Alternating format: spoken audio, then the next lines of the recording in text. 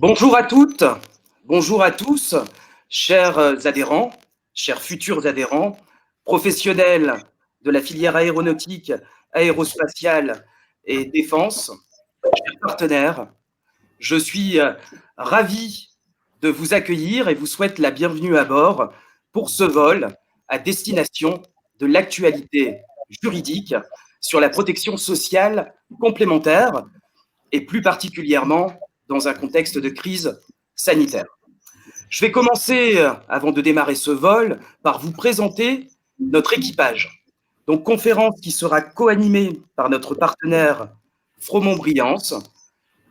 Nous avons la chance et l'honneur d'avoir à nos côtés Charlotte Bertrand, avocate associée au sein du cabinet Fromont-Briance. Bonjour Charlotte, comment allez-vous ? Bonjour Ludovic, très bien, merci. Bonjour à tous, bonjour Florence. Bonjour. Et puis, je vais vous présenter donc l'équipe IPK avec Florence Samin, notre responsable juridique. Bonjour Florence. Bonjour à tous. Nous avons également Mélisse Huss, qui est juriste. Mélisse, eh bien, nous salue depuis le chat puisqu'elle est en coulisses et elle se chargera d'échanger avec vous via le chat. Et puis moi-même, Ludovic Pruvot, qui suis en charge des relations entreprises et partenaires. Avant notre décollage, quelques consignes, non pas de sécurité, mais de fonctionnalité. Donc, vous avez à votre disposition un onglet chat qui vous permettra d'interagir avec nous tout au long de cette conférence. Et un onglet important sur lequel je vais insister, c'est l'onglet questions. Il vous permettra de nous adresser l'ensemble de vos interrogations tout au long de cette conférence. Nous prendrons le temps de répondre aux questions qui sont posées au terme de chaque escale. Également un onglet sondage. Je vous adresserai au terme de cette présentation un sondage. Je vous indiquerai à quel moment vous pourrez y répondre. Au niveau du timing, une 50aine de minutes de présentation et une 30aine de minutes qui seront dédiées aux questions-réponses. Au programme de nos escales, une première étape où je vous rappellerai les convictions de notre institution, les convictions d'IPK, et très rapidement, je laisserai les commandes à Charlotte et Florence pour nous présenter les actualités liées au Covid-19, les difficultés économiques et leurs impacts sur la protection sociale complémentaire, un point sur la liquidation judiciaire et les portabilités, et enfin, les autres mesures du PLFSS 2021. Le support qui est projeté vous sera envoyé après cette conférence avec le lien vers le replay. Nous abordons déjà notre première escale pour vous rappeler les convictions d'IPK, votre institution de prévoyance de la grande famille de l'aéronautique, de l'aérospatiale, civile et militaire. IPK est un organisme paritaire et à but non lucratif. Cela fait plus de 70 ans qu'IPK accompagne la filière et ses adhérents.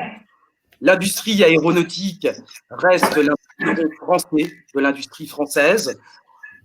Nous passons une période difficile et IPK, assureur affinitaire, soutient et accompagne la filière, accompagne ses adhérents. Je ne vous ferai pas la liste exhaustive des actions que nous avons mises en place. Et puis, à l'IPK, nous sommes dans un accompagnement qui est très individualisé de nos adhérents. Donc, les mesures sont appropriées en fonction des besoins de chacun. En tout cas, cette conférence s'inscrit dans l'accompagnement que nous souhaitons apporter à nos adhérents, à la filière et à nos partenaires. Sans plus attendre, je laisse les commandes à Charlotte Et Florence, donc Charlotte, je vous laisse nous présenter l'actualité liée au Covid. Merci Ludovic. Donc en effet, je commence tout de suite avec l'actualité Covid et en regardant le support, je me suis effectivement aperçue que c'était pas très gai. On aurait pu faire un effort. Le thème 1, c'est le Covid, le thème 2, c'est les difficultés économiques et le thème 3, c'est la liquidation judiciaire. Je me suis vite présentée comme ça suite aux annonces d'hier. Je crois qu'on va tous finir dépressifs à la fin de la matinée. Mais bon, tout va bien se passer. On est entre nous et on va effectivement faire le point sur ces mesures. Donc, le premier qui est quelque chose qui a beaucoup occupé ces derniers mois d'actualité pour les RH et les services paye qui ont eu beaucoup de complications pour gérer toute cette situation-là, ça a été le passage massif en activité partielle des entreprises françaises et certaines d'entre elles, peut-être certaines d'entre vous, qui ont encore recours à l'activité partielle, qui a suscité beaucoup d'interrogations sur les conséquences que ces activités partielles et ces dispositifs pouvaient avoir sur les régimes de protection sociale complémentaires.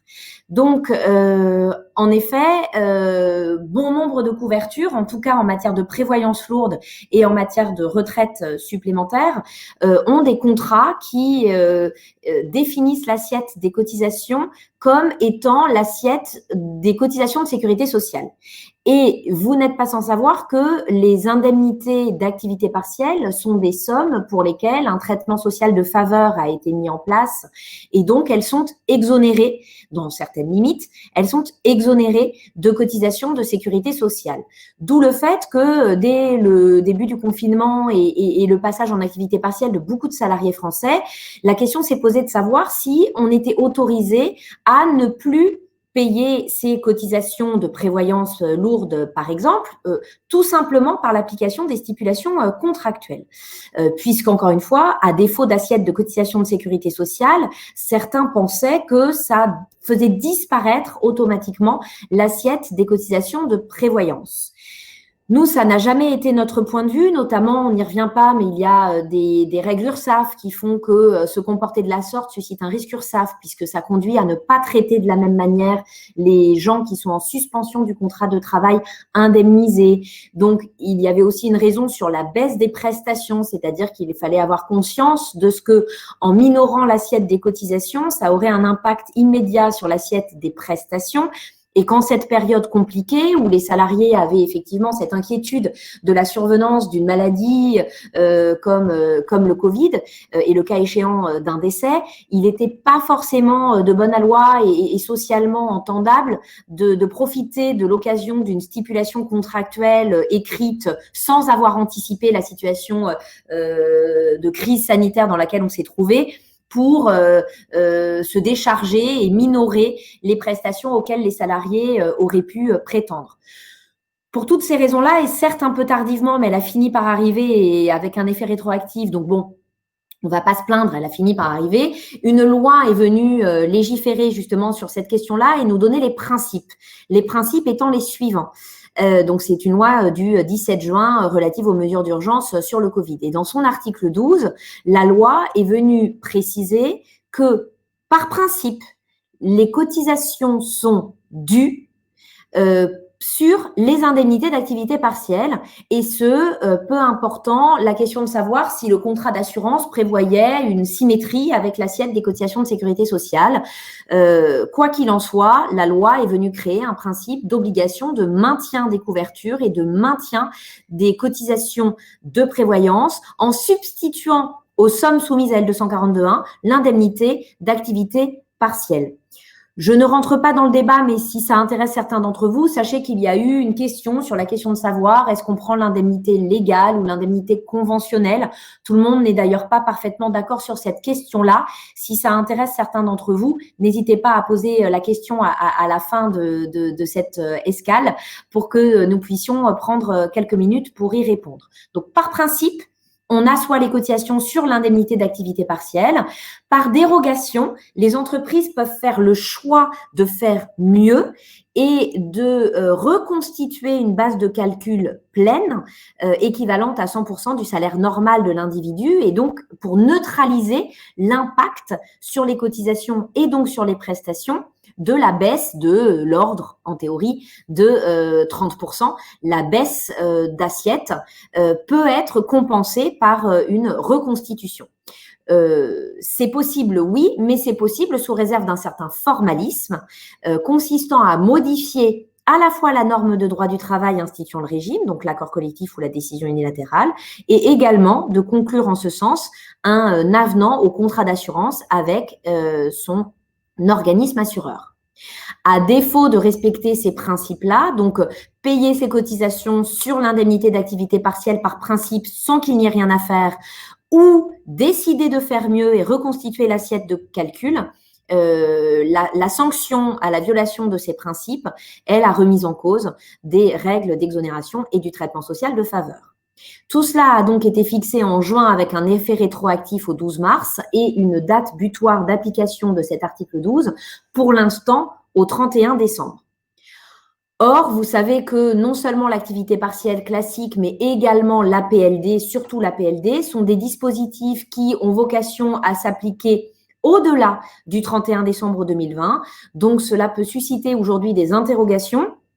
Premièrement, sur la question de savoir si on va avoir à terme une prolongation d'application de cet article 12 au-delà du 31 décembre, et notamment si ce dispositif est applicable au cas particulier de l'activité partielle longue durée, qui, je le rappelle, est un dispositif où la personne travaille, elle est même obligée de travailler au moins à hauteur de 60% de son temps de travail normal, et ça permet uniquement de pouvoir réduire son temps de travail pour une proportion maximale de 40%. Donc, dans ces moments-là, il y a de toute façon du salaire, au moins 60% de salaire, et donc ça, on cotise complètement normalement sur la partie salaire, et sur la partie indemnité d'APLD, sur ce 40% maximum pour lequel une indemnisation est versée, il nous semble en tout cas à nous logique de transposer tout ce qu'on vient de se dire, c'est-à-dire de transposer les règles de l'activité partielle. Florence, je crois que tu as des précisions à apporter. Oui, tout à fait. Ici, je vais venir vous préciser un tout petit peu quelles sont les mesures prises en matière de chômage longue durée, mais plutôt dédiées sur notre secteur d'activité. Donc nous, notre secteur d'activité est plutôt lié à la convention collective de la métallurgie. Et il est vrai que c'est un secteur qui s'est, on va dire, assez précipité sur ce principe de chômage longue durée, puisque la loi qui permettait d'ouvrir ce nouveau dispositif a été votée au mois de juin. Et vous avez un accord qui a été signé donc sur la branche de la métallurgie dès la fin du mois de juillet et étendu à la fin du mois d'août. Donc ça a été assez rapide. Bien évidemment, cet accord de branche sur cette thématique, si vous voulez, a plus vocation à laisser les plus grandes entreprises aménager le dispositif comme elles l'entendent et a plutôt vocation, si vous voulez, à prendre des mesures pour les plus petites structures qui n'auraient pas forcément les moyens de négocier ou de mettre en place ce genre de dispositif. Donc, c'est principalement à l'attention des PME qui n'auraient pas forcément la main pour ou la possibilité de négocier ce genre d'accord. Donc, c'est un cadre général fixé. Après, à chaque entreprise de le décliner en fonction de ses propres impératifs, de ses propres engagements et des attentes qu'elles ont respectivement, ainsi qu'auprès de leurs partenaires sociaux. Donc, ici, en matière donc pour la métallurgie, vous avez donc un dispositif de chômage partiel de longue durée sur une période de 2 ans qui débutera à compter de 2021. D'accord, avec un financement donc, de l'État à hauteur de 84% en matière de rémunération, 84% de la rémunération nette, c'est-à-dire qu'on ne sera pas en deçà, donc c'est le principe légal. Bien évidemment, rien n'empêche les entreprises de prévoir autre chose ou un maintien de la rémunération plus élevé. Le cadre de cet accord, comme je vous le disais, il est valable à minima jusqu'en 2025, mais il prévoit des périodes de chômage partiel longue durée pendant 2 ans. D'accord. Bien évidemment, il s'appliquera en l'absence d'accord de branche, d'accord d'établissement, d'accord d'entreprise. Donc la priorité est vraiment laissée à la négociation collective au niveau de l'entreprise, et ensuite cet accord va pallier, si vous voulez, l'absence de négociation localement. Ce qu'il prévoit, c'est une réduction maximum de l'horaire de travail pour chacun qui ne peut pas être supérieur à 40%. Vous avez des cas exceptionnels où ça peut aller jusqu'à 50%, mais c'est dans des cas très, très, très particuliers. Bien évidemment, comme je vous disais, c'est sur une période de 2 ans, donc 24 mois consécutifs ou non. Qu'est-ce que je peux vous dire? Bien évidemment, en contrepartie donc de la mise en place de cette activité partielle, bien évidemment, il est attendu auprès des entreprises une contrepartie, donc un engagement sur le maintien de l'emploi, des axes d'amélioration sur la formation professionnelle, l'élaboration d'un diagnostic au niveau de l'entreprise pour déterminer effectivement quelle est sa santé financière, est-ce que si vous voulez, ces mesures sont justifiées ou pas, et bien évidemment, vous avez une infoconsultation impérative du CSE. Bien évidemment, toutes ces mesures, elles ne portent que sur les salariés qui sont placés ou concernés par cette activité partielle et non pas les autres qui ne seraient pas concernés. D'accord. Pour vous donner, à titre d'information, un autre exemple, vous avez une autre branche qui s'est saisie également de ce dispositif de chômage longue durée, qui est la branche Syntec. Elle prévoit par contre d'autres dispositifs qui sont beaucoup plus rigides. À vos titres d'exemple, si une entreprise souhaite mettre en place du chômage longue durée, à ce moment-là, la contrepartie, c'est qu'elle ne pourra pas mettre en place de plan social, par exemple. Pour vous donner un ordre d'idée, si vous voulez, ce sont des contreparties d'engagement et des négociations à cet effet. Aujourd'hui, on peut se rendre compte, en lisant les médias, que certaines grandes entreprises de notre secteur d'activité ont déjà signé des propres accords de groupe, où là, vous avez un panachage de tout un tas de différentes mesures, alternant entre des départs anticipés, de la formation professionnelle, de la réduction du temps de travail. Bien évidemment, c'est à adapter en fonction de chacun, avec une réduction du temps de travail qui peut aller de 15% à 40%. Chacun a, on va dire, fixé en fonction de ses besoins les modalités ou les durées de réduction du temps de travail. Le maintien de la rémunération qui va aller de 84%, qui était le minimum imposé par la loi, à voire 100% dans certains cas. Et bien évidemment, la mise à l'honneur de la formation professionnelle pendant toutes les périodes d'activité pour permettre aux salariés de combler cette période d'inactivité par quelque chose de, on va dire, plus utile ou à minima d'optimiser en fait ces périodes d'inactivité. Donc voilà pour le chômage longue durée à ce stade, qu'est-ce qu'on peut en dire? Et on verra au fur et à mesure des évolutions législatives qui sont assez fréquentes en ce moment, qui se font au coup par coup en fonction des besoins et de l'évolution de la crise sanitaire. Alors pour le coup, pour continuer donc sur ces actualités Covid, on va passer assez rapidement parce que finalement on en a beaucoup parlé. Et là, c'est juste pour vous rappeler les textes de départ qui avaient permis de longue date vous savez, d'avoir ces fameux arrêts de travail dérogatoires, c'est-à-dire des arrêts de travail de personnes qui ont beau ne pas être malades, ce qui est quand même censé être au départ le but des arrêts de travail, où tout cela a été ensuite transformé. Donc c'était vous savez, les arrêts garde d'enfants, les arrêts personnes vulnérables et proches de personnes vulnérables, et c'était les cas contacts, les cas d'isolement, etc. Pour le coup, depuis mars, même janvier, on avait ces arrêts de travail qui prenaient la forme de versement d'IGSS et qui interrogeaient sur la perception des IJC. Depuis le 1er mai, ces personnes avaient été basculées dans le dispositif justement de l'activité partielle. Ça avait changé de poche étatique sur le remboursement. On sortait de la branche maladie pour rejoindre la branche chômage, et tous ces dispositifs avaient été expressément, lorsqu'ils avaient été mis en place à des périodes un peu différentes sur le début de l'année 2020, ils avaient tous prévu des dates de fin au 1er septembre 2020. Ce qui laisse penser qu'on était assez optimiste sur l'évolution des choses. Finalement, on le voit bien, c'est pas si simple. Il y a encore besoin que des gens vulnérables puissent s'isoler. Il y a encore besoin que des parents puissent garder leurs enfants, puisqu'il y a encore des risques de fermeture d'école. Donc, il a fallu maintenir ces dispositifs.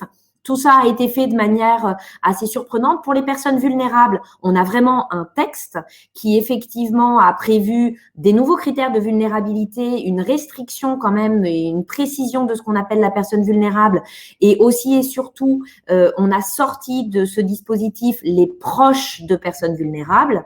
Et à côté de ça, on a également vu, mais là pour le coup sans texte, uniquement par un communiqué de presse qui n'a pas encore donné lieu à une retranscription légale ou réglementaire, le maintien également de la possibilité de disposer, enfin d'utiliser, de mettre en œuvre le dispositif d'activité partielle au cas particulier de parents contraints de garder leurs enfants suite à la fermeture de l'école. Et c'est toujours comme avant, hein, la preuve de ce que le parent est dans l'impossibilité de télétravailler. Vous avez un rapide rappel de ce qu'il faut justifier dans ces hypothèses-là, hein, justificatif attestant que l'établissement est fermé ou justificatif attestant de ce que votre enfant n'a pas le droit d'aller à l'école parce qu'il est cas contact et qu'il est en mesure d'isolement pendant une durée en théorie de 7 jours, etc., etc. Et ensuite, ça rentre dans le dispositif normal, j'ai envie de dire, de l'activité partielle avec une indemnisation à hauteur de 70%, etc., etc. Et donc, tout ce qu'on s'est dit avant, hein, en première slide, sur que fais-je en paye des cotisations assises sur le salaire dans ces hypothèses-là, sont bien évidemment transposables à toutes ces hypothèses d'activité partielle, quelle qu'en soit la cause. Donc, d'ailleurs, j'en profite peut-être, Florence, est-ce que vous avez eu beaucoup ou pas beaucoup d'hypothèses de demande de maintien à temps plein des bases de calcul des cotisations et des prestations? Oui, dans certains cas, oui, on a eu cette demande. D'accord. Donc, effectivement, c'est quelque chose qui est appliqué lorsque l'entreprise en fait la demande. Et tout à fait, c'est notamment pour permettre aux salariés, en cas de maladie, par exemple, à terme, de ne pas subir une baisse de son assiette de prestations, tout simplement. Exactement. Donc, pour le coup, cette partie sur les mesures Covid, là encore, sauf à ce que vous ayez des questions complémentaires, on en a beaucoup parlé, c'est une réactivation d'anciens dispositifs qu'on manie finalement depuis le mois de mars. Ça a été très compliqué au début, mais fort heureusement maintenant, c'est un petit peu plus derrière nous. On a un petit peu plus trouvé la manière de fonctionner, répondu à toutes les questions que la mise en œuvre de ces dispositifs pose. Donc, on va passer assez rapidement. Ah, pour le coup, la dernière mesure en lien avec le Covid, c'est l'annonce dans le cadre du projet de loi de financement de sécurité sociale de cette future taxe Covid, comme on l'appelle. Alors, on est loin d'être au bout du texte définitif. On a encore eu hier ou avant-hier beaucoup de propositions d'amendements qui ont été proposées. Donc, l'état exact du texte définitif est loin d'être certain. Il y a un fort lobbying de toute façon des fédérations d'organismes assureurs pour essayer d'obtenir des infléchissements dans un sens ou dans l'autre. On va juste rappeler un peu le principe tel qu'il a été annoncé par le gouvernement sur le but de cette taxe. Le constat a été de dire que suite au confinement, il y a eu une forte chute des dépenses de frais de santé, puisque de toute façon, les gens ne pouvaient pas aller chez le médecin, ou en tout cas, ont mis de côté tous les soins normaux et habituels pendant cette période. Donc, les complémentaires santé ont été amenés, effectivement, ça a été constaté, à moins rembourser, et donc l'État a demandé aux organismes assureurs de venir participer à l'effort collectif en disant vous avez eu moins de dépenses suite au confinement et suite également au fait que sur certains postes, c'est la sécurité sociale qui est venue prendre le relais en majorant les prises en charge sécu à hauteur de 100% de certains actes médicaux. Donc, on va compenser cette économie qu'ont fait d'un côté les organismes assureurs par un moyen de redistribuer cet argent-là et de relancer cet argent-là par le biais d'une taxe. Cette taxe dite Covid a vocation à permettre de récupérer 1,5 milliard d'euros sur 2 années. Et effectivement, elle est pour l'instant dans le PLFSS, mais encore une fois, tout ça peut largement évoluer d'ici le vote définitif en décembre, a été pour l'instant fixée à 2,6% du chiffre d'affaires santé de l'organisme assureur en 2020 et à 1,3% de ce même chiffre d'affaires en 2021. L'assiette de cette taxe, donc de ces taux, 2,6 et 1,3, l'assiette est exactement la même assiette que celle qui sert au calcul de la taxe de solidarité additionnelle, la TSA, qui est, vous le savez, à 13,27 quand on est un contrat responsable ou à 20,27 quand on n'est pas responsable, ça viendra majorer de 2,6 ou de 1,3 cette même assiette de calcul de cotisation qui, en 2 mots, sans rentrer dans les détails, c'est le chiffre d'affaires santé de l'organisme assureur. Autre mesure du PLFSS là-dessus, en matière justement, enfin en lien avec la crise sanitaire, autre mesure en lien avec cette crise Covid, une prise en charge intégrale de tout ce qui est téléconsultation par l'assurance maladie jusqu'au 31 décembre 2022. Bon, j'ose espérer que ce 31 décembre 2022 n'est pas, ne veut pas dire que nous imaginons être encore dans cette mouise jusqu'au 31 décembre 2022. Mais bon, en tout cas, une prise en charge intégrale par la Sécu des téléconsultations encore pour 2 années entières et une pérennisation dans le code de la sécurité sociale de, vous savez, ces mesures qui ont eu vocation à améliorer le maintien de salaire. Là encore, dans tous les textes qui sont sortis pendant le confinement, il a été pris conscience que notre actuel maintien de salaire, l'obligation patronale de maintien de salaire qui contenait une ancienneté, une carence, une dégressivité des droits, une prise en compte des arrêts de travail intervenus antérieurement, énormément d'aménagements ont été pris au fil des derniers mois pour faire sauter l'ancienneté, faire sauter la carence, permettre une amélioration du système de maintien en lien avec la crise Covid. C'était des mesures qui étaient exceptionnelles et qui avaient donc des dates limites d'application qui soit sont déjà intervenues pour ce qui est de la carence, soit devraient arriver à échéance en décembre prochain pour ce qui est par exemple de l'ancienneté. Le but de ce nouvel article L 1226-1-1 du Code du travail, c'est de dire que ce déclenchement d'une amélioration du maintien de salaire pourrait se remettre en œuvre en cas de nouvelles crises sanitaires graves et exceptionnelles. Il faudrait un décret pour déclencher la mise en œuvre de cette amélioration du maintien de salaire, mais comme ça, il serait figé dans le code du travail. Donc, Ludovic, pour ce qui est de la taxe Covid, quelle est un peu la manière dont IPK aborde le sujet ? Oui, Charlotte, déjà, on attendra effectivement que tout ça soit acté et voté. Comment on l'appréhende ? Eh bien, à l'IPK, on est dans un accompagnement qui est vraiment sur mesure et individualisé. Donc aujourd'hui, on n'a pas pris l'option d'appliquer cette taxe sur l'ensemble du portefeuille pour nos renouvellements. Il faut aussi qu'on puisse mesurer les économies, entre guillemets, qui ont été réalisées lors du confinement, parce qu'il y a aussi un effet de rattrapage qui va s'opérer. Donc, pas de position tranchée aujourd'hui à l'IPK, et en tout cas, pas une position d'appliquer cette taxe fermement dès 2021 dans les renouvellements. Et puis, comme toute taxe, elle est annoncée pour 2020 et 2021. Nous espérons qu'elle sera pour 2 années et qu'elle ne sera pas prorogée au-delà de ces 2 années.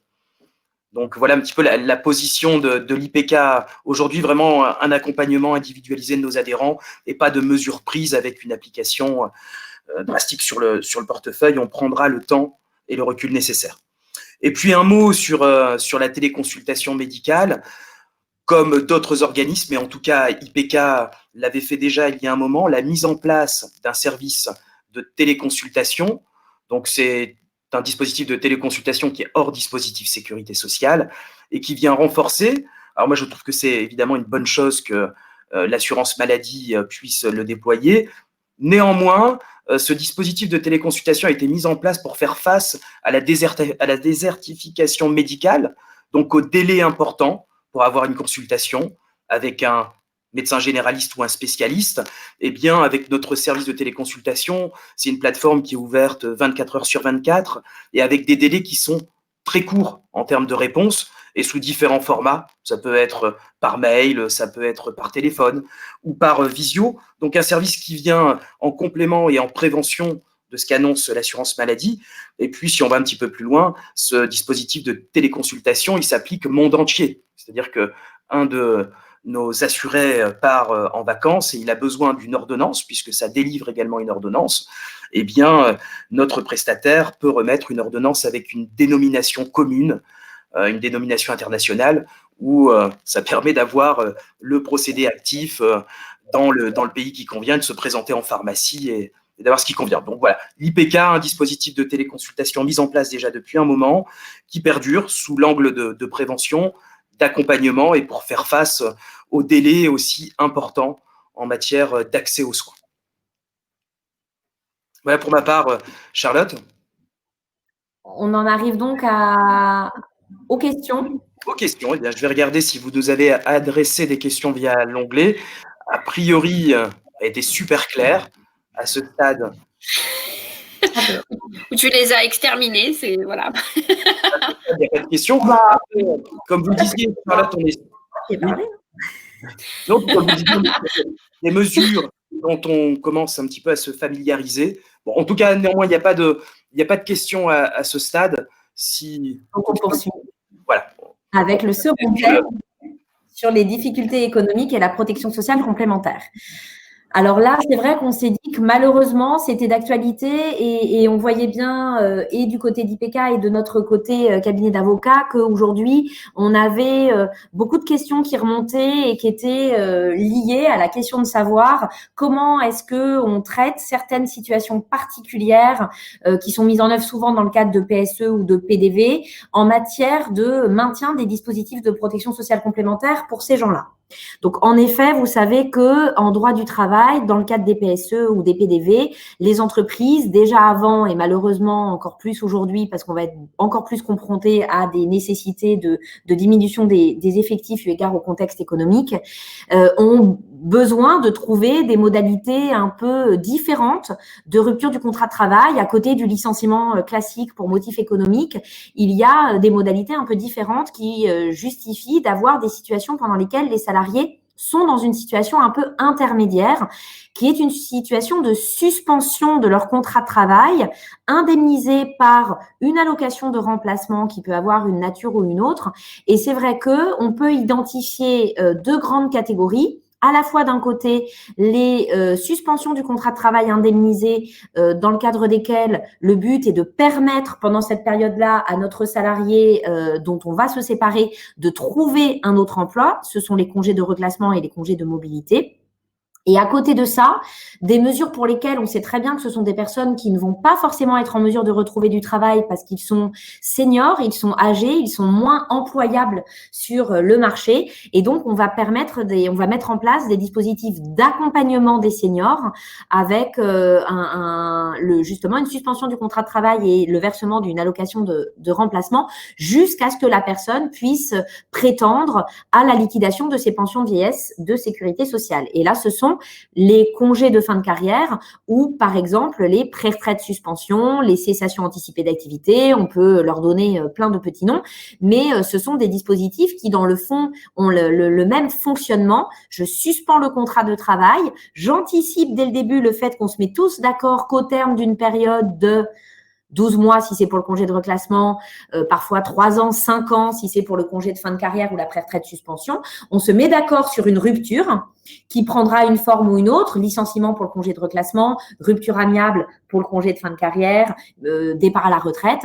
On se met d'accord sur cette rupture et on anticipe en disant que avant cette rupture, la personne est dispensée d'exercer son activité professionnelle. Elle ne se rend plus sur son lieu de travail pour travailler, mais elle perçoit une indemnité de la part de son employeur d'un montant qui peut être variable. Pour le congé de reclassement, elle est légalement fixée, mais pour le congé fin de carrière ou la pré-retraite suspension, elle est complètement libre et elle est déterminée contractuellement dans les dispositifs PSE ou PDV qui sont mis en place par les entreprises.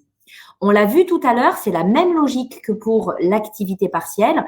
Quand on est en période de suspension du contrat de travail indemnisé, de longue date déjà, la Sécurité sociale nous a expliqué donc, que si on voulait continuer à pouvoir prétendre au caractère collectif de nos contrats de protection sociale complémentaire et si on voulait continuer à être exonéré, il fallait maintenir ces salariés-là dans les dispositifs et continuer à les traiter comme si ils étaient encore en activité.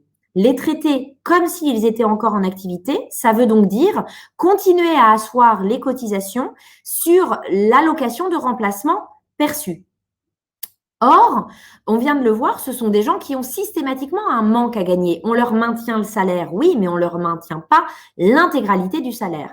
On leur maintient un salaire en proportion, 70, 60, 80, c'est variable, mais il y a une perte. Donc, il y a forcément une minoration automatique de l'assiette de calcul des cotisations pour des dispositifs de prévoyance ou de retraite supplémentaires. Vous le savez bien, si j'évoque pas les frais de santé, c'est pas parce que les frais de santé ne sont pas concernés. Peut-être d'ailleurs que certains d'entre vous ont des régimes de frais de santé dont la cotisation est assise pour partie sur le salaire. Donc, ça s'appliquera exactement de la même manière. C'est juste que c'est vrai qu'en proportion, les contrats frais de santé sont plus souvent avec des cotisations forfaitaires exprimées en pourcentage du plafond de la Sécu. Donc, finalement, la baisse de salaire n'a pas d'impact automatique sur le montant de la cotisation payée. En revanche, donc, quand on est sur une assiette de cotisation proportionnelle au salaire, on a automatiquement une baisse de calcul et on a, comme on l'a vu pour l'indemnité d'activité partielle, des entreprises qui s'interrogent sur la question de savoir si, pour éviter cette baisse du niveau des prestations, il serait envisageable de maintenir une assiette reconstituée temps plein.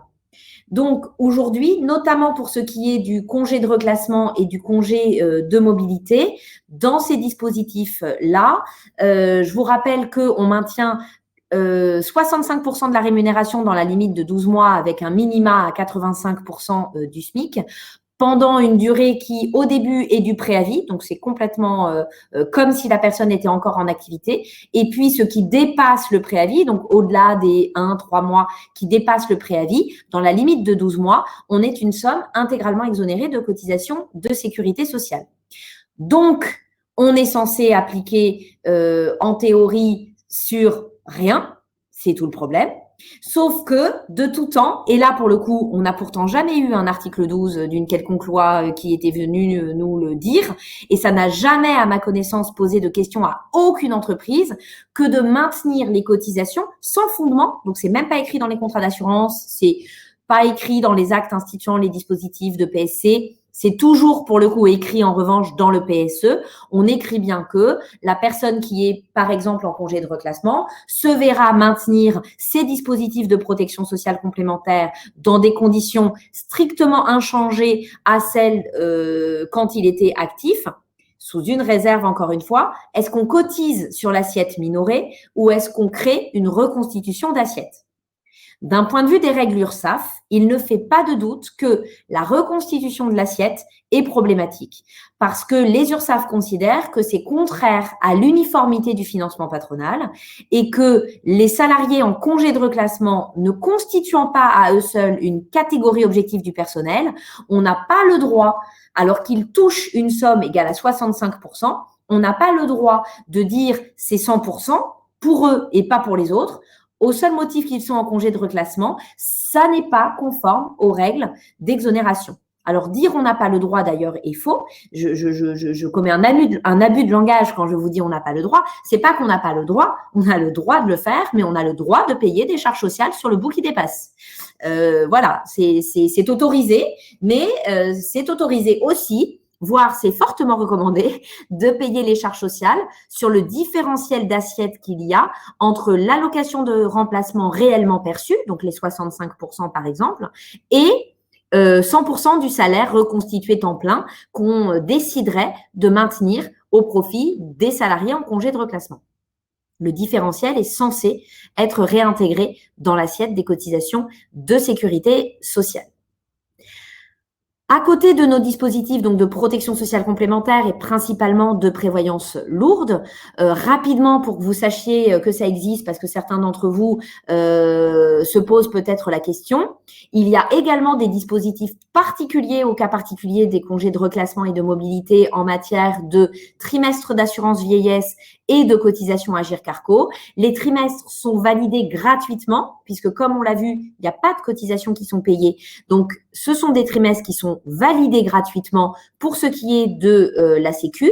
Pour ce qui est de l'Agirc-Arrco, il n'y a pas de système de maintien de points gratuitement acquis, mais il y a une possibilité, sous réserve que l'entreprise et ses partenaires sociaux arrivent à conclure un accord collectif en ce sens, de maintenir les cotisations à l'Agirc Arrco pour continuer à acquérir des points équivalents temps plein. Et là, on est vraiment sur, le texte le permet, une reconstitution de l'assiette de calcul des cotisations et donc de l'acquisition des points sur une base reconstituée temps plein sans impact de la minoration de l'allocation de remplacement.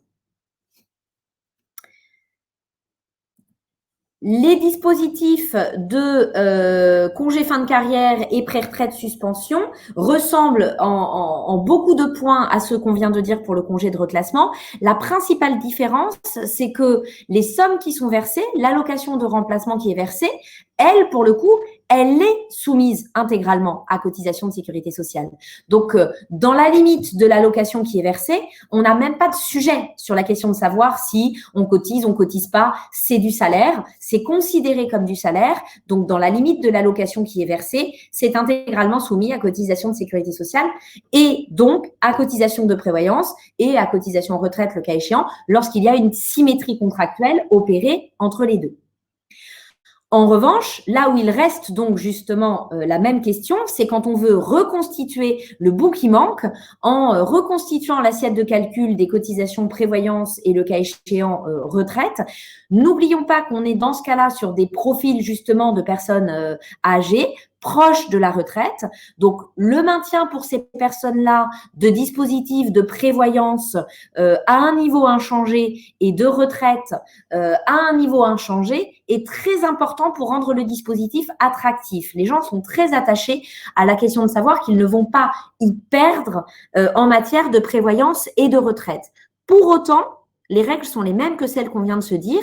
Ce ne sont pas non plus une catégorie objective du personnel. Donc, je suis susceptible de désuniformiser, d'entacher l'uniformité du financement patronal si que pour eux, et non pas pour les autres, je venais créer un principe de reconstitution d'assiette. Donc, en théorie, un risque URSSAF sur le différentiel d'assiette majoré, ou pour éviter tout risque, il suffit, entre guillemets, de soumettre à charge sociale ce différentiel de cotisation assis sur la base de salaire reconstitué temps plein, mais non effectivement versé.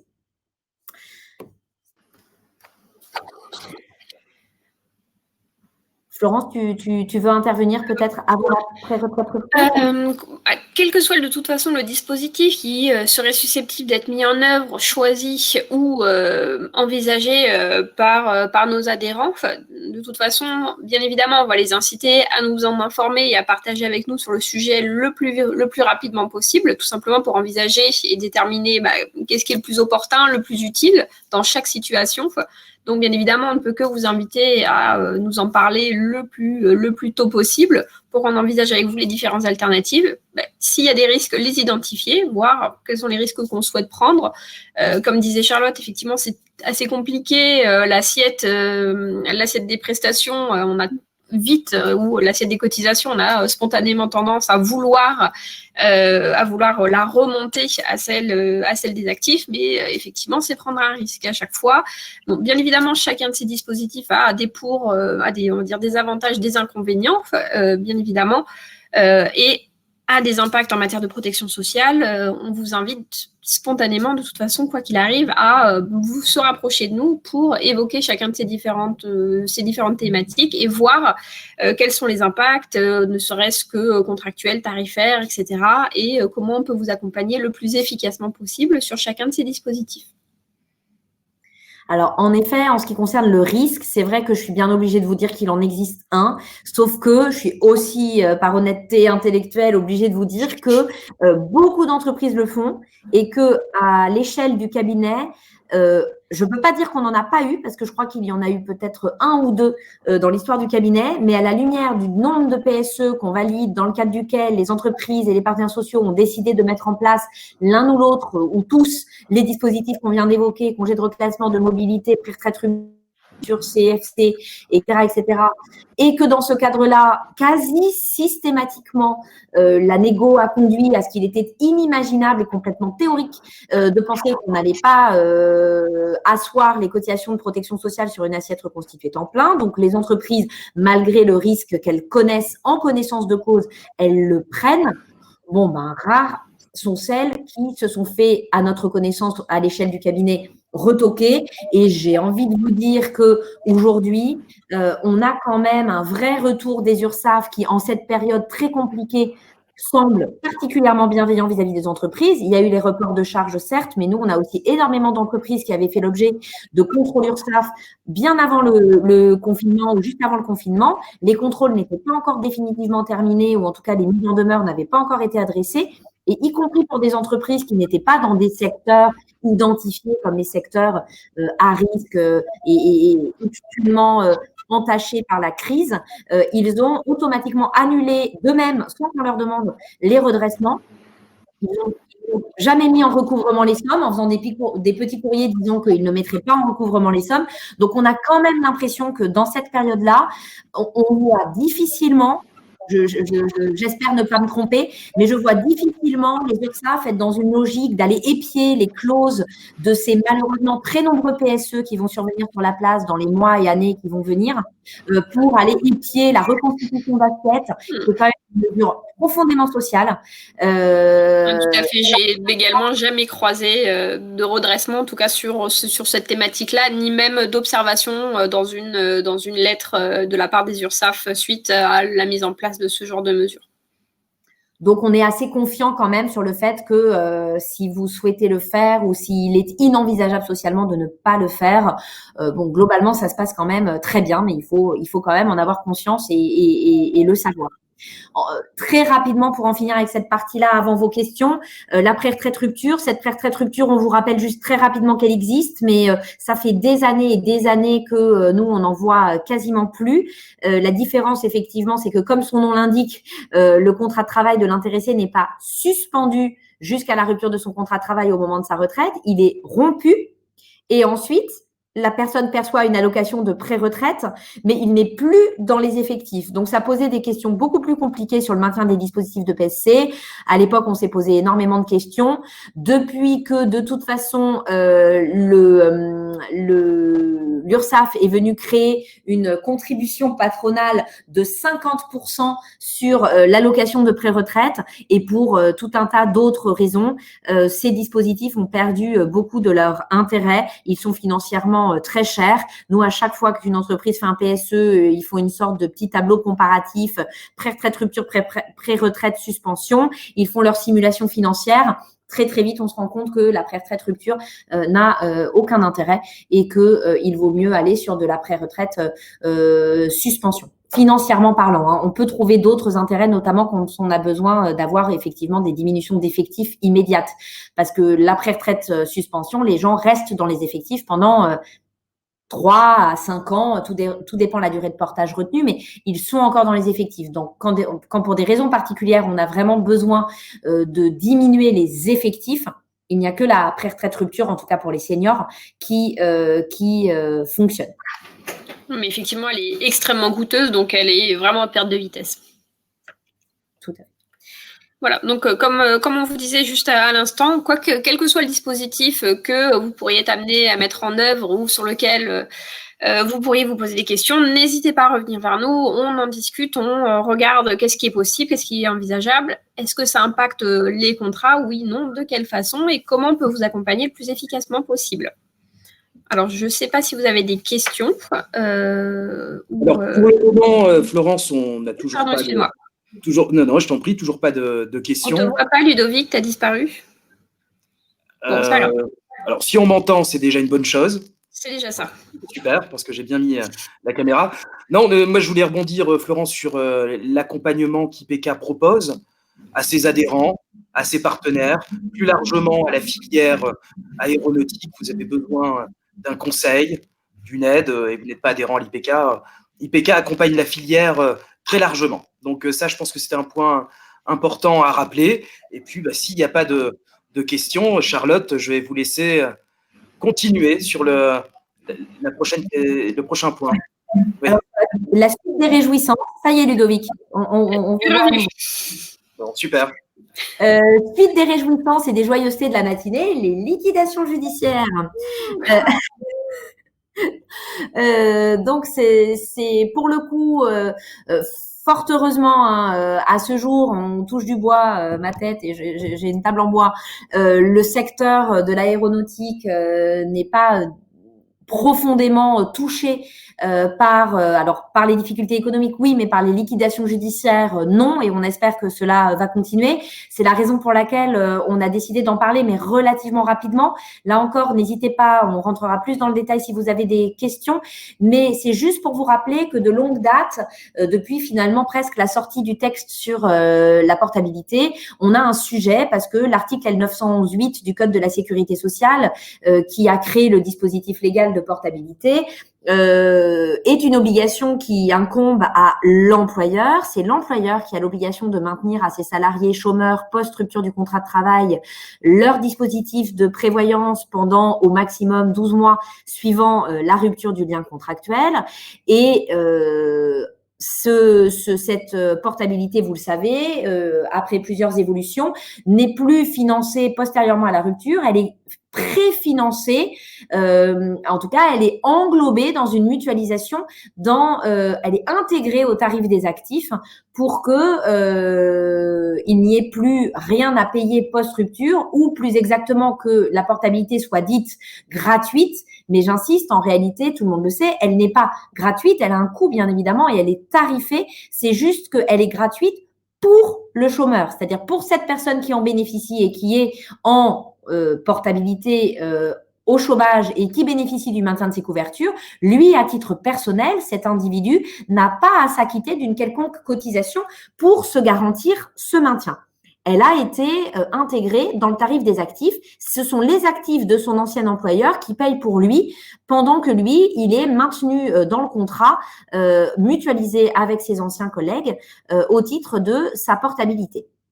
La question était donc de dire, bah oui, mais donc, le texte d'ailleurs est écrit comme tel, l'obligation, elle est sur la tête de l'employeur et elle est de maintenir les couvertures en vigueur dans l'entreprise. Ça a donc assez vite posé des questions sur le fait de se dire, ah bah oui, mais bon, s'il n'y a plus d'employeur, il n'y a plus personne à qui incombe l'obligation, et s'il n'y a plus de couverture dans l'entreprise, en vigueur dans l'entreprise, parce qu'il n'y a plus d'entreprise, qu'est-ce que je maintiens et qui maintient?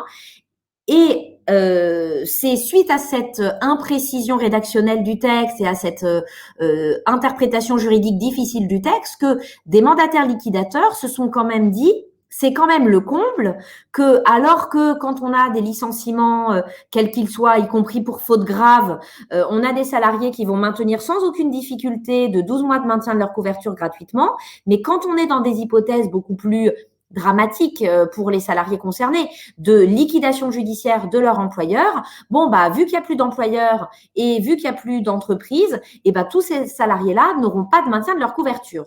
C'est comme ça que les mandataires liquidateurs l'ont présenté devant les juges et ils ont donc attaqué les organismes assureurs. Pourquoi les organismes assureurs? Bah, parce qu'il n'y a personne d'autre. Il n'y a plus d'employeur, il n'y a plus d'argent chez l'employeur et il n'y a plus d'employeur. Donc, la seule personne que les mandataires liquidateurs se sont dit, bon, bah, il faut bien qu'on aille trouver quelqu'un, c'était l'assureur, parce que lui, il existait encore. Et on a eu énormément de jurisprudences qui se sont développées. Alors, au tout début, sur ces jurisprudences devant le juge des référés, on a pu avoir au tout début des réponses positives, des réponses négatives, ça a été un peu variable. Il y avait une vraie contradiction entre la manière dont les magistrats interprétaient le texte selon la juridiction dont il ressortait. Raison pour laquelle d'ailleurs, à un moment, le TGI de Strasbourg, qui était interrogé de cette question-là, a dit « Non, mais en fait, moi, j'en sais rien, je vais… » interroger la Cour de cassation pour avis, et la Cour de cassation en 2017 avait rendu un avis disant le texte ne distingue pas, donc dans l'absolu, les salariés licenciés suite à une liquidation judiciaire devraient être concernés comme les autres, oui. Toutefois, le maintien des droits implique que le contrat d'assurance ne soit pas résilié. Donc, on en était resté, pour la Cour de cassation, dans cet avis, à la dichotomie suivante. Soit le contrat d'assurance n'a pas été résilié Et la portabilité s'appliquera jusqu'au terme de la durée de portabilité, peu important l'éventuelle disparition de l'entreprise dans le cadre d'une opération de liquidation judiciaire, ou alors à charge pour l'organisme assureur de mettre en œuvre les procédures adéquates qui sont mises à sa disposition, notamment dans les hypothèses de liquidation judiciaire, pour opérer la résiliation de leur contrat d'assurance. Et dans ce cas-là, alors, ils seront libérés de leurs obligations. C'est ce qu'avait dit la Cour de cassation. C'est pas du tout forcément ce qui a été respecté, en tout cas entre 2018 et 2020 par, on en a identifié, je crois, 13 ou 15 jurisprudences de cour d'appel. On a beaucoup la Cour d'appel de Colmar, mais pas que, qui effectivement se sont prononcés là-dessus. On va pas se mentir, la dernière tendance, c'est systématiquement ou presque de condamner l'organisme assureur. On a quand même, au début, on avait vraiment un peu du 50-50. Les magistrats savaient pas trop comment interpréter ce texte. Ils étaient très mal à l'aise. Aujourd'hui, ils ont plutôt orienté leur position vers, pour certains d'entre eux, et notamment la Cour d'appel de Colmar, de manière assez virulente, une condamnation des organismes assureurs à maintenir la portabilité, y compris pour la Cour d'appel de Colmar, parfois, elle a dit, y compris si le contrat d'assurance a été résilié postérieurement. D'un point de vue strictement juridique, on va pas se mentir, c'est faux. Il n'y a pas de possibilité d'interpréter comme ça l'article L911-8 du Code de la sécurité sociale. C'est indéniablement une obligation qui incombe aux employeurs. On voit bien qu'il y a beaucoup de juges qui ont tranché en opportunité par rapport à des situations pour lesquelles ils ne se sentaient pas de laisser les anciens salariés sur le carreau. Et donc, ils ont été chercher celui qui était là, et celui qui était là, bah, c'était l'organisme assureur. Mais juridiquement, tout ça est quand même très bancal parce que ça ne se justifie pas véritablement. La Cour de cassation est censée être une juridiction de droit et non pas une juridiction qui tranche en opportunité. Elle a été saisie suite à ces nombreuses jurisprudences de cour d'appel. Elle a été moult fois saisie. On attend incessamment sous peu. Il va y avoir forcément une décision de principe qui va émaner de la Cour de cassation et qui va prendre position sur cette question délicate du rôle de l'organisme assureur et des obligations de l'organisme assureur en cas de liquidation judiciaire de son entreprise souscriptrice. Aujourd'hui, le dernier point qui est intervenu sur cette question-là a été une réponse ministérielle. Donc, on en parle parce qu'elle a le mérite d'exister, mais les réponses ministérielles n'ont, d'un point de vue strictement juridique, aucune valeur juridique. Elle ne lie pas les juges. Mais bon, voilà, elle est intéressante en ce en quoi le ministre des Solidarités avait considéré que la portabilité est liée à l'existence du contrat collectif dont bénéficient les salariés de l'entreprise. En l'absence de contrat collectif produisant des effets au profit des salariés actifs de l'entreprise, le dispositif n'est plus financé, il ne peut donc plus être mis en œuvre au profit des anciens salariés. Donc, pour le coup, une réponse ministérielle très favorable aux organismes assureurs et qui a entendu probablement les revendications de la place consistant à dire qu'il fallait arrêter de dire qu'ils avaient l'argent, que les organismes assureurs avaient l'argent pour la portabilité. Ce n'est pas vrai. Aujourd'hui, ils ne l'ont pas puisque c'est un système de répartition. Effectivement, tant que j'ai des actifs, les actifs payent pour les anciens salariés en portabilité. Si j'ai plus l'alimentation financière par le paiement des cotisations des actifs, je n'ai plus le paiement non plus de la portabilité des anciens salariés. Ce n'est pas de la provision, ce n'est pas mis en provision quelque part. Il y a une rupture du financement. Si par extraordinaire, la Cour de cassation ou un texte de loi devait intervenir et dire noir sur blanc, en cas de disparition de l'entreprise et de liquidation judiciaire, l'organisme assureur sera tenu de maintenir pendant 12 mois la portabilité. Bien évidemment, cela déclenchera, enfin je parle sous le contrôle de l'IPK, mais je ne vois pas comment cela ne pourrait pas déclencher une majoration des tarifs parce que, encore une fois, ok, les organismes assureurs pourront maintenir ces garanties, tout simplement. Tout le monde aura conscience qu'elles n'ont pas été préfinancées et qu'il faudra donc demander l'argent qui va avec. Donc, soit en augmentant le tarif à l'entrée et en effectuant effectivement une provision à ce titre, soit avec effectivement des obligations peut-être de paiement par le mandataire liquidateur notamment, d'une surprime au jour de la liquidation et du départ en portabilité des salariés. On voit d'ailleurs que dans les hypothèses de PSE, l'hypothèse dont on parlait juste avant, qui ne sont pas des disparitions d'entreprises, mais uniquement un nombre important de licenciements pour motif économique, avec donc une masse importante de gens qui vont être amenés à bénéficier du dispositif de portabilité, il n'est pas rare que dans les contrats d'assurance d'organismes assureurs de la place, on voit des clauses indiquant que au-delà d'un certain nombre de ruptures dans une certaine période, donc je dis complètement au hasard, au-delà de 50 licenciements dans une période consécutive d'un mois, l'organisme assureur se réserve le droit de venir demander la surprime au titre de ce maintien de la portabilité, et qu'à défaut d'avoir un paiement supplémentaire, il ne garantira pas la portabilité à cette masse de salariés licenciés. Est-ce que c'est le cas, par exemple alors, chez IPK, nous n'avons pas ce genre, pas aujourd'hui en tout cas, en portefeuille, ce type de clause, tout simplement parce que ça n'a pas forcément été dans l'absolu opportun à ce jour. Après, c'est sûr que un nombre important de départs dans le cadre d'un plan de départ, un PSE, etc., va nécessairement impacter les cotisations et donc les résultats du régime, ça c'est indéniable. Bien évidemment, comme on disait précédemment, l'idée c'est de nous informer le plus rapidement possible, voir et anticiper comment on peut préparer ces départs. Est-ce que ça va entraîner effectivement une dérive ou pas, ou pas des résultats du contrat, et faire le nécessaire. Après, effectivement, on a rarement à ce jour des cas de liquidation judiciaire. Après, c'est tout à fait possible d'en avoir.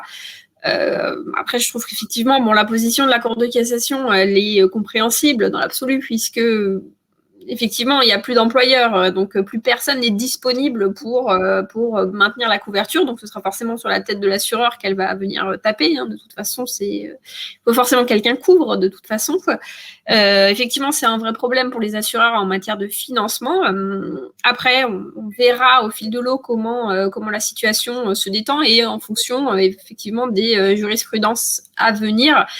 Bien évidemment, si on impose, même au-delà de la résiliation du contrat d'assurance, le maintien des cotisations, il y aura nécessairement un impact tarifaire. Donc, après aussi à voir comment la place va se positionner sur le sujet. Donc, Florence, Charlotte, je vous affiche la question de Pascal. Je te laisse peut-être en prendre lecture, Florence, mais on a déjà en partie... Exactement. De nombreuses entreprises seront amenées à tomber en liquidation judiciaire en même temps, donc lié au Covid-19, effectivement. Sera-t-il possible de maintenir la portabilité sans contrepartie des cotisations si les liquidations deviennent massives, comme on vient de le voir dans les dernières JP ? Je suis d'accord, c'est un vrai problème. Financièrement, ça peut être très difficile à tenir, et ça forcément entraînera une dérive des contrats, voire même de toute façon, si la portabilité n'a pas été préfinancée par les cotisations du contrat, de toute façon, vous irez de toute façon taper directement dans les fonds propres de l'institution pour les financer. Vous n'aurez pas d'autre choix que ça, et bien évidemment, ce sera un impact certes pour chaque organisme assureur. Après, je ne sais pas, Charlotte, toi, si tu as d'autres ajouts par rapport aux autres partenaires, aux autres organismes de la place, mais c'est vrai que c'est un vrai sujet, oui. Non, tout le monde, effectivement, s'inquiète de la question de savoir si, à mon avis, le risque, c'est que quand même la Cour de cassation ne soit pas forcément sensible à cet aspect. Tout à fait, tout simplement nous dire, tarifez, faites le nécessaire. Après, l'idée, c'est de maintenir et de couvrir les salariés. Exactement. Je pense qu'elle risque, même si, comme je l'ai dit au départ, le texte dit pas ça et que la Cour de cassation est censée faire du droit, je pense qu'il faut pas se mentir, la Cour de cassation qui, en cette période en plus, c'est-à-dire que ça fait des années qu'on se pose des questions, mais on n'avait pas vécu le Covid. La Cour de cassation qui, comme par hasard, va être amenée à répondre à cette question-là en pleine période de Covid. Je veux vous dire qu'elle n'est pas censée juger en opportunité. Les magistrats, c'est quand même juste des humains qui seront influencés par l'environnement économique actuel et qui vont, encore une fois, vouloir trouver quelqu'un pour payer. Et il n'y a que l'organisme assureur. Donc, de toute façon, il n'y a personne d'autre. Le fonds qui avait été envisagé, c'est vrai que n'oublions pas qu'à la création de la portabilité, la loi de sécurisation de l'emploi avait prévu la création d'un fonds pour gérer les conséquences de la portabilité pour les entreprises en liquidation judiciaire. Il y aurait dû avoir un fonds national financé par, on ne sait pas exactement comment il aurait été financé, mais c'était ce qui avait été initialement prévu. Et puis, le gouvernement a dit, le Conseil constitutionnel nous a invalidé les clauses de désignation. C'était dans la même loi, c'était à la même occasion. C'est sur cette loi-là que le Conseil constitutionnel a invalidé les clauses de désignation et donc de répondre au niveau du ministère, comment voulez-vous qu'on crée ce fonds, puisqu'il aurait fallu qu'on utilise le biais de la désignation et on nous l'a supprimé, donc on ne sait plus comment faire un fonds. Donc on n'a jamais eu ce fonds.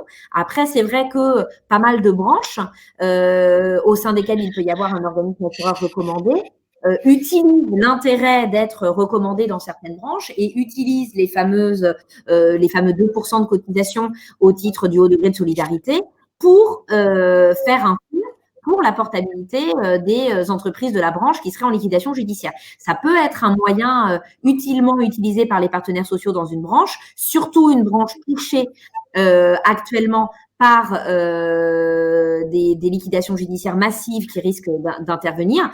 Dans ces branches-là, il y a un organisme assureur recommandé. Les partenaires sociaux, à mon sens, devraient anticiper ce problème-là, créer une cotisation peut-être même supérieure au minimum de 2% pour le DES, le degré élevé de solidarité, et créer un fonds pour financer cette portabilité. Mais quand on n'est pas dans ces hypothèses-là, l'organisme assureur va bien… De toute façon, ça ne peut pas être gratuit au sens où ça sera d'une manière ou d'une autre, mais un jour ou l'autre, ça sera répercuté parce que ça va coûter particulièrement cher de devoir maintenir comme ça pendant 12 mois sans aucune contrepartie de cotisation ni de la part d'actifs qui permettront d'équilibrer le contrat. Exactement, c'est énorme. Donc forcément, ça a un coût et forcément, il faudra trouver l'argent quelque part. Bon, très bien. Il y a une nouvelle question. Il y a une nouvelle question, exactement. Charlotte, je vais la mettre et puis je laisse Florence en prendre lecture alors. Alors, est-il possible d'avoir un exemple de clause contractuelle permettant une augmentation des cotisations en cas de rupture du contrat de travail trop importante ? Alors, pour vous donner un ordre d'exemple, ça peut être une clause qui est avec la portabilité, par exemple, dans le contrat d'assurance, qui, par exemple, vous dit que en cas, alors que ce soit en cas de plan social, donc ce sera plus de 10 départs c'est sur un mois, c'est ça, Charlotte ? Voilà, qu'en cas de déploiement de plan social, ou vous pouvez mettre hors plan social, mais en cas de X départ sur une période de temps, après à définir plus ou moins, que l'assureur se rapprochera, l'assureur prendra contact avec l'entreprise pour évaluer le montant correspondant, on va dire, au dispositif de portabilité, par exemple, ici, vu que c'est des ruptures du contrat de travail, donc évaluer le montant du dispositif lié à la portabilité de la prévoyance et à ce moment-là, une surcotisation où on peut toujours imaginer une soulte, mais c'est toujours un petit peu compliqué, pour permettre de financer le dispositif. Voilà, vous avez ce type de rédaction. Effectivement, comme disait Charlotte, j'ai déjà croisé ce type de rédaction plutôt chez les compagnies d'assurance qu'autre chose, qui permettent notamment d'anticiper, si vous voulez, on va dire cette explosion du coût de la portabilité qui n'aurait pas été anticipée. Très bien. J'ai jamais fait attention que c'était peut-être… moi, j'en ai vu beaucoup, mais c'est vrai que j'ai jamais fait attention que c'était peut-être… Alors, dans la mutualité, c'est sûr qu'on ne croisera pas. Je ne pense pas. J'en ai jamais vu, en tout cas. Et dans les institutions de prévoyance, je l'ai jamais croisé non plus particulièrement. C'est plus dans des compagnies d'assurance que j'ai vu ce genre de rédaction. Après, pourquoi pas ? Après, l'idée, c'est toujours de se prémunir de la part soit de l'assureur ou… et également auprès de l'entreprise, tout simplement d'éviter, si vous voulez, une explosion d'une année sur une autre des cotisations pour financer ce dispositif, de se dire, ça va me représenter une somme supplémentaire, comment je l'anticipe et comment je me prépare et je m'organise. Très bien, merci Florence, merci Charlotte. On va pouvoir aborder donc notre dernière escale. Avant cela, encore juste un mot, si j'évoquais la téléconsultation médicale. Il y a un replay qui est disponible sur notre chaîne YouTube. Ça peut être sympa de le faire passer à vos salariés parce que ça explique concrètement comment fonctionne le service. J'évoquais le cas à l'étranger et puis Charlotte évoquait le haut degré de solidarité. La solidarité à l'IPK, c'est aussi les services qu'on a mis en place. Donc la téléconsultation, j'en parlais, mais l'assistance, le deuxième avis médical aussi en cas de maladie lourde. On fera prochainement une conférence en ligne sur le sujet. C'est un service qui est mis à disposition de nos adhérents. L'assistance également. Donc voilà, un replay de la vidéo sur la téléconsulte sur notre chaîne YouTube et puis d'autres conférences à venir pour vous expliquer nos services. Mais Charlotte, Florence, je vous laisse à nouveau les commandes. Alors, pour cette dernière escale, en effet, les autres mesures du PLFSS, c'est-à-dire autres que celles qui sont en lien avec le Covid et qu'on venait d'aborder, même si on pourrait se demander si la première n'est pas un peu quand même en lien avec le Covid, c'est ce forfait patient urgence. Vous avez sans doute entendu parler de ce que l'article 28 du PLFSS, alors comme toujours, hein, je vous le rappelle, on parle d'un PLFSS, donc tout ce qu'on va se dire là peut évoluer. Donc, dans cet article 28 du PLFSS, aujourd'hui, il a été envisagé de créer un forfait patient urgence. Alors, c'est quoi le forfait patient urgence ? C'est habituellement n'importe quel frais de santé et donc également les consultations au service des urgences des hôpitaux justifient l'application d'un tarif et sur ce tarif sera appliqué un remboursement de la sécurité sociale et ce qu'on appelle le reste à charge, c'est-à-dire le ticket modérateur qui restera à la charge du patient. C'est quasiment toujours, il y a je crois une exception, mais c'est toujours proportionnel. Donc, vous savez, par exemple, une consultation d'un médecin, selon qu'il est spécialiste, généraliste ou autre, il y a un tarif, on applique 70% de remboursement de la Sécu, et puis il reste 30% de ticket modérateur. Donc, on est dans une logique de ticket modérateur qui est toujours proportionnel à la dépense et donc à la nature de l'acte de la nature de l'acte effectué. La logique de ce forfait patient urgence, c'est de dire que quelqu'un qui passera aux urgences et qui ne sera pas hospitalisé dans la suite de son passage aux urgences, qui re-rentrera chez lui tout de suite après son passage aux urgences, aura un forfait. Le ticket modérateur, en fait, il aura un ticket modérateur, comme tout le monde. Donc, il y aura une partie non prise en charge par la sécurité sociale liée aux soins qu'il aura reçus aux urgences, mais un pourcentage, ce ticket modérateur, au lieu d'être souvent 30% des dépenses réalisées, ça sera, nous dit-on 18 €, les prix courts que ça serait 18, mais en tout cas, un montant forfaitaire, je ne sais pas quel en serait le montant, mais en tout cas, un montant forfaitaire qui sera appliqué. Alors, ce qui est drôle, c'est quand on voit le dossier de presse et tout le tralala, on vous dit que dans certains cas, c'est vrai que 18 €, ça pourrait être plus cher que le ticket modérateur d'avant. Mais que dans beaucoup de cas aussi, si les soins sont importants, 18 €, ça peut être beaucoup moins important que les 30% d'avant. Enfin, de toute façon, c'est logique. Le 18% sera, selon l'ampleur du soin, parfois supérieur, parfois inférieur à 30% des soins réalisés et donc au ticket modérateur proportionnel d'avant.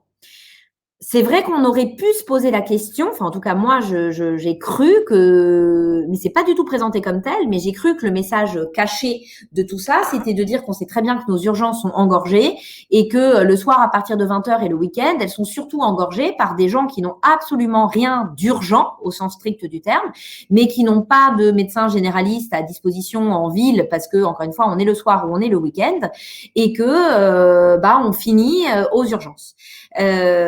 Mais que ce n'est pas censé être le rôle des urgences de s'occuper de gens qui ne sont pas vraiment très mal en point. Donc, on aurait pu imaginer que ce forfait, le but, était d'empêcher son remboursement, enfin que pour responsabiliser les pratiques et pour tenter de faire une incitation à ce que, enfin de dissuader les gens qui ne sont pas vraiment gravement malades, pour les dissuader d'aller aux urgences et qu'ils encombrent anormalement les services d'urgence, le but aurait été de dire qu'il fallait pas que ce soit remboursé, ce 18 €. Donc, c'est pour ça que tout le monde s'est demandé, est-ce que ça va pas venir se rajouter à la liste des interdictions de prise en charge au titre du contrat responsable? Pour l'instant, dans le projet de loi, pas du tout. Bien au contraire, c'est rajouté dans l'article du Code de la Sécu sur les tickets modérateurs. Or, vous savez qu'aujourd'hui, dans les obligations du cahier des charges des contrats responsables, prendre en charge les tickets modérateurs quand ils existent, c'est une obligation pour être un contrat responsable. Donc, ça ne modifierait pas en tant que tel le cahier des charges, ça serait juste un ticket modérateur différemment exprimé par rapport au ticket modérateur qu'on connaît d'avant, mais vu que tous les contrats d'assurance responsables disent qu'ils prennent en charge l'intégralité des tickets modérateurs, qu'ils soient proportionnels ou qu'ils soient forfaitaires, c'est un ticket modérateur qui sera pris en charge complètement automatiquement par les complémentaires santé. Donc d'ailleurs, on voit pas bien, enfin en tout cas moi, je ne comprends pas bien, il doit me manquer un élément de lecture, mais je ne comprends pas bien en quoi ça va désengorger les services des urgences. L'objectif, il n'est pas, je pense, de désengorger, il est juste de mettre de l'argent dans l'hôpital, à mon avis, mais bon.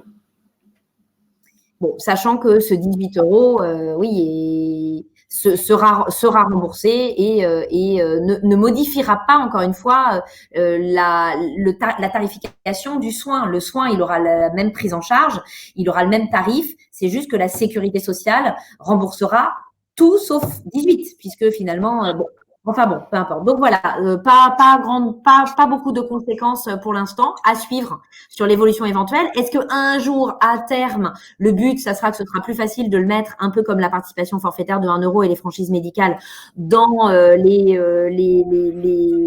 sommes qu'il est interdit aux complémentaires santé de prendre en charge?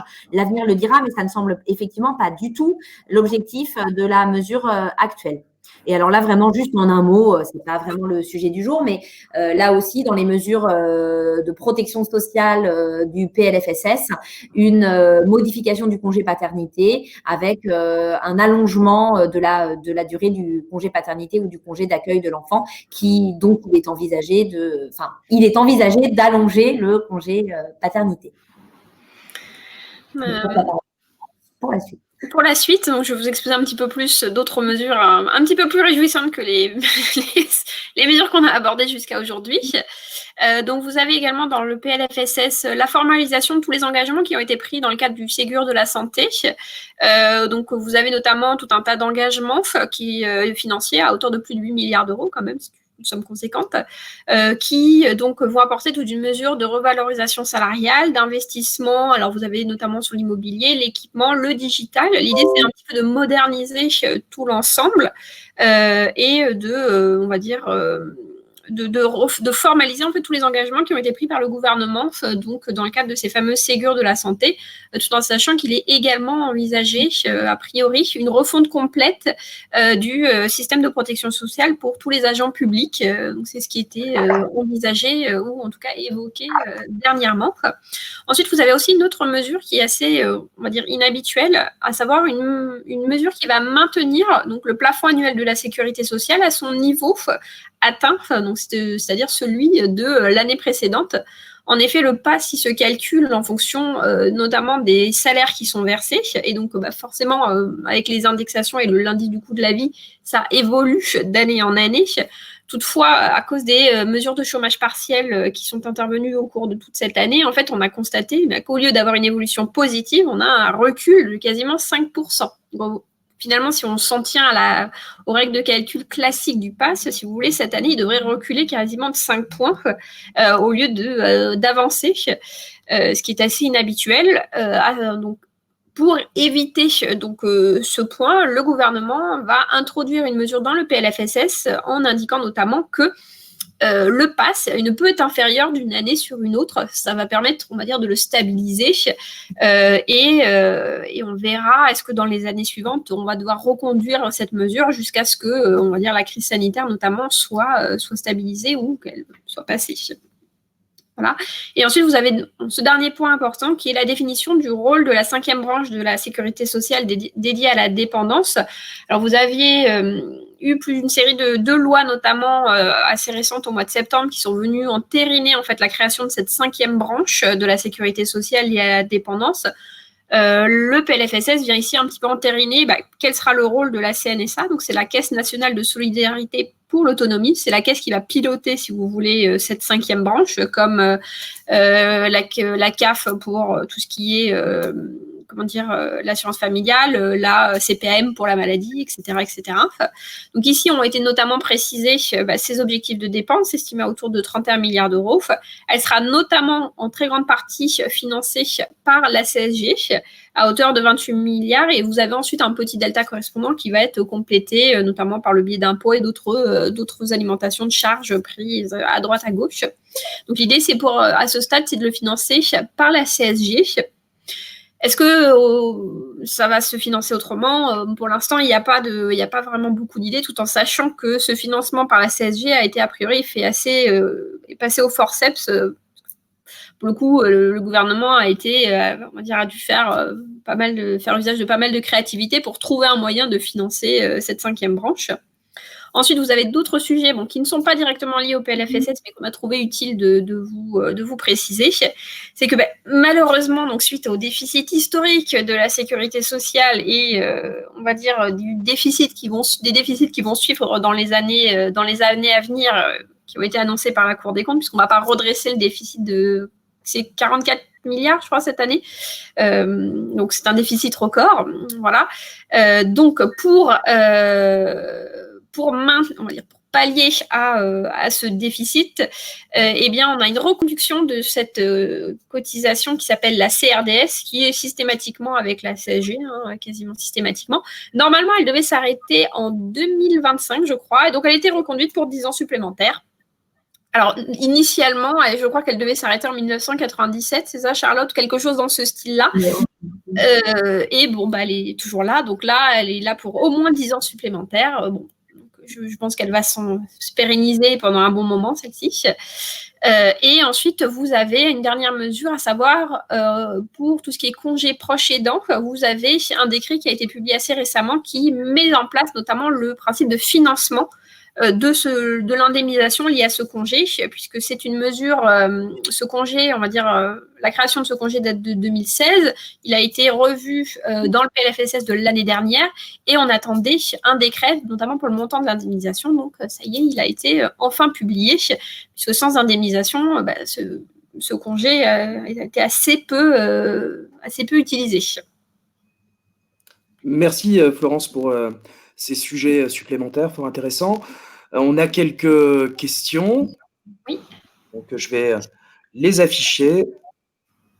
Et puis, un mot, j'espère encore une fois que la taxe, puisqu'on parlait de taxe Covid tout à l'heure, ne subira pas le même maintien que la CRDS. Alors pour là, je te laisse afficher les questions, Ludovic. Oui. Alors, doit-on s'attendre à une nouvelle taxe et une modification du cahier des charges des contrats responsables pour que les OCAM participent au financement et à la mise en place de la 5e branche? Malheureusement, je ne l'écarterai pas complètement dans l'absolu. Aujourd'hui, c'est pas d'actualité, mais après, j'aurais tendance à vous dire, est-ce que ce sera dans les contrats responsables? J'en saurais trop rien, mais après, est-ce que on n'aura pas une augmentation de taxes par-ci par-là? Je l'écarte pas, c'est pas impossible. S'il faut de l'argent, ce sera comme ça que ça sera financé. Après, je ne sais pas toi si Charlotte a non, pas plus d'infos. Pas plus d'infos, mais pour l'instant non, mais c'est pas impossible dans le futur. Rien n'est jamais possible. Et voilà, malheureusement. Surtout de demander des taxes aux organismes assureurs, c'est Oui, voilà. C'est comme la question de Pascal, effectivement. Manifestement, nous roulons sur l'or, selon la légende urbaine. Donc, bon. Exactement. Voilà. Merci pour ta réponse, Florence, Charlotte, et puis merci Alexandre d'avoir posé la question. Alors, j'affiche ici. Donc, cela sous-entend-il que le PASS 2021 sera équivalent au PASS 2020? Tout à fait. Il n'y a pas de dévolution cette année. Il restera absolument identique à celui de l'année précédente. Alors, je n'ai pas le montant en tête, mais c'était 40 000, je ne sais plus. Oui, je ne sais plus là. Je vais demander à Mélisse de le mettre dans le chat. Merci, Mélisse. Alors Pascal, je l'évoquais avant de prendre, c'est Pascal qui nous pose cette question, je l'évoquais avant de prendre justement les questions. Est-ce que la taxe Covid va connaître la même trajectoire que la CRDS, à savoir une reconduction sans fin? J'aurais dit écoute, la vignette, dans l'absolu, elle est arrivée à la terme au bout d'un moment. Donc, je dirais que je suis une nature très positive. Dans l'absolu, j'ai bon espoir qu'elle s'entérine pas et qu'elle ne devienne pas pérenne comme la CRDS. Je peux pas te l'écarter, malheureusement. J'aurais tendance à dire que la taxe va durer autant de temps que va durer la crise sanitaire et que autant de temps que le trou de la sécurité sociale, il sera, on va dire, sans fond. Donc ça, j'aurais tendance à dire qu'on l'aura forcément au moins les 2 prochaines années. Est-ce qu'on aura une année supplémentaire? Je l'écarte pas complètement. J'espère qu'elle sera pas pérenne, effectivement, mais bon, on verra. Bon, la taxe H1N1, elle s'était bien arrêtée au terme. Enfin, je veux dire, on peut quand même se dire que elle est affichée comme taxe Covid. Tout dépend de quelque chose que personne aujourd'hui ne peut savoir, c'est-à-dire combien de temps Exactement, va durer la crise et combien de temps. On aura toujours le Covid, il existera sûrement toujours, mais peut-être qu'on sera complètement habitué, on aura un vaccin et ça se passera très bien et on n'en aura rien à faire de ce virus. Donc, un jour. Mais le jour où ce jour arrivera, elle disparaîtra sûrement. En tout cas, les précédentes taxes qui avaient été annoncées comme des taxes liées à la pandémie, on l'a eu, c'était quand? Je ne sais plus quelle année c'était, H1N1.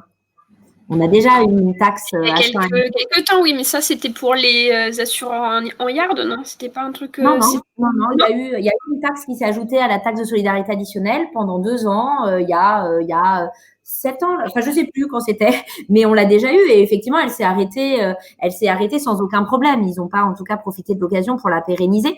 Là, toute la question c'est surtout de savoir combien de temps on va supporter dans ces conditions-là ce Covid.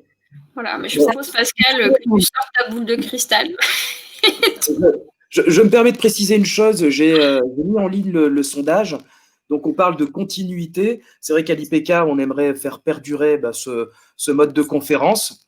Alors, si on a la possibilité de vous recevoir prochainement dans nos locaux à l'IPK, on fera aussi ce type de matinale juridique en présentiel. Mais en tout cas, voilà, il y a un petit sondage pour prendre le pouls sur vos retours. Donc, merci d'y participer. Alors, a priori, on n'a plus de questions. Et puis, on est bien dans le timing. Donc, moi, je remercie sincèrement Charlotte de nous avoir accompagnés. Merci à vous. Merci à l'IPK de nous avoir invités. Merci également à Florence. Et puis, l'IPK accompagne la filière, que vous soyez partenaire. Alors, Pascal, désolé, Pascal nous dit quand est-ce qu'on mange. Bon. Ça va, oui. On vous laisse au moins aller prendre l'apéro. Pascal, on arrive sur l'heure du déjeuner. Donc voilà, en tout cas, voilà, IPK accompagne la filière, que vous soyez adhérents, non adhérents, partenaires, on sera toujours ravis de vous aider. On va se quitter avec un peu d'émotion. Il y avait un petit film, une petite animation à l'entrée. Eh bien, je vais en lancer une à la sortie, une petite vidéo institutionnelle qui dure que quelques minutes. Si vous voulez en profiter, eh bien, restez en ligne. C'est parti. Voilà. IPK est le leader du secteur affinitaire, le secteur de l'aéronautique, de l'espace, de la défense. La famille aéronautique au sens large, on est une famille, on est soudés, et avec les salariés. On peut dire qu'IPK est une famille. Comme toute famille, on a des moments où on s'engueule et des moments où on s'entend. Et on est totalement transparent dans les échanges et c'est ce qui fait qu'on avance tous ensemble. Tout le monde se connaît entre les donneurs d'ordre, les sous-traitants. Si on est mauvais, ça se sait très vite, mais si on est bon, ça se sait aussi rapidement. On pourrait faire le parallèle rigolo en disant qu'on est le village de Gaulois, les Astérix, par rapport à tous les autres. C'est une start-up qui se réinvente en permanence, donc c'est toujours la jeune fille qui a la baraka. C'est une boîte qui, en plus d'être professionnelle, est une boîte accessible. C'est une société dans laquelle on comprend, ce n'est pas anonyme. C'est de la haute couture, c'est de la dentelle. Nos clients sont vraiment traités individuellement. La qualité de la relation que l'on peut avoir avec l'IPK, on ne la trouve pas ailleurs. Bravo IPK, parce qu'effectivement, vous êtes solide, vous êtes compétitif et puis vous êtes fiable.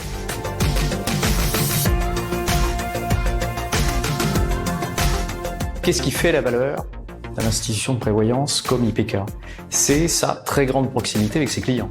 évidemment un niveau de qualité de service qui doit avoir des standards beaucoup plus élevés que ce qu'on peut retrouver dans le marché. Tout ça à un tarif qui est extrêmement maîtrisé. Les coûts de fonctionnement de l'IPK sont largement inférieurs à un certain nombre de coûts d'organismes plus importants que l'IPK. La maison est vraiment une maison attirante pour beaucoup de DRH du secteur de l'aéronautique et du spatial.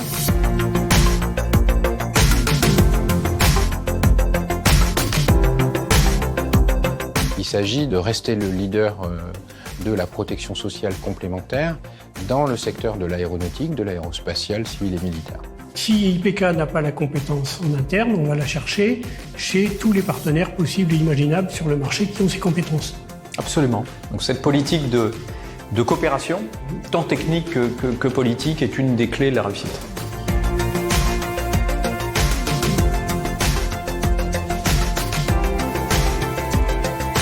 IPK en un mot, proximité. Réactivité. Solidité. C'est une pierre précieuse. C'est sa réactivité. La solidarité. Une saine gestion. Le consensus. Petit mais costaud. C'est l'efficacité, c'est la réactivité. L'IPK assure. Unique. Longévité. Notre mutuelle. Confiance. Le paritarisme. L'avenir. Les deux mots, agilité, proximité. Plaisir. Mais qu'est-ce que tu veux que j'ajoute sur ça?